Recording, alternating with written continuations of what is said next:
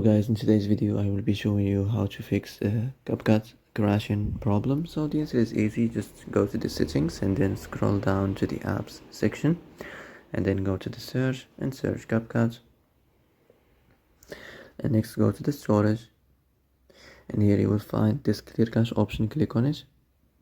You can go check it if it works, and if it didn't you can try to restart your phone or turn the Wi-Fi off and on, or the Bluetooth or the airplane mode.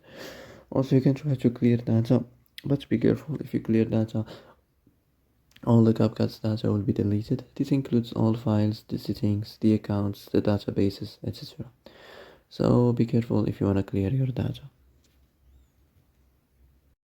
Well, that's it for today's video. I hope this is the answer you've been looking for.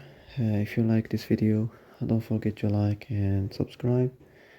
And that's it. See you in the next video.